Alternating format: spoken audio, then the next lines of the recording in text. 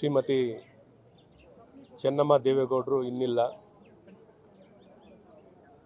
ಅವರ ಜೀವನ ಒಂದು ಅರ್ಥಪೂರ್ಣಕವಾಗಿ ನಾಡಿನ ಸೇವೆಗೆ ತುಂಬ ಕೊಡುಗೆಯನ್ನು ಕೊಟ್ಟಂಥ ಒಂದು ಚೇತನ. ಅವರಿಗೆ ಗೌರವ ಸಲ್ಲಿಸಲಿಕ್ಕೆ ಇವತ್ತು ನಾಡಿನ ಸಮಸ್ತ ಜನತೆಯೂ ಇವತ್ತು ಬಂದು ಗೌರವ ಸಲ್ಲಿಸ್ತಿದ್ದಾರೆ.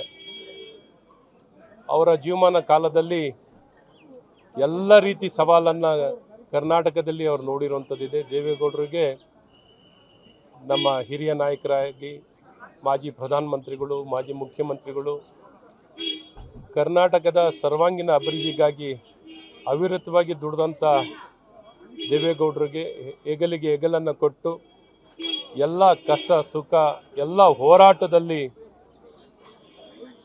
ಹೆಗಲನ್ನು ಕೊಟ್ಟು ಜೊತೆಗೂಡಿ ಈ ನಾಡಿನಲ್ಲಿ ಅವರ ಸೇವೆಯನ್ನು ಕೊಟ್ಟಿದ್ದಾರೆ.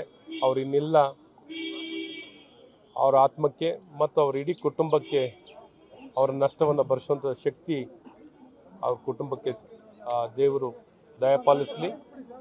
ಮತ್ತು ಅವರ ಕೊಡುಗೆನ ಎಂದೆಂದೂ ನಾವು ನಾಡಿನ ಜನತೆ ಯಾವಾಗಲೂ ಸ್ಮರಿಸ್ಕೋತೀವಿ.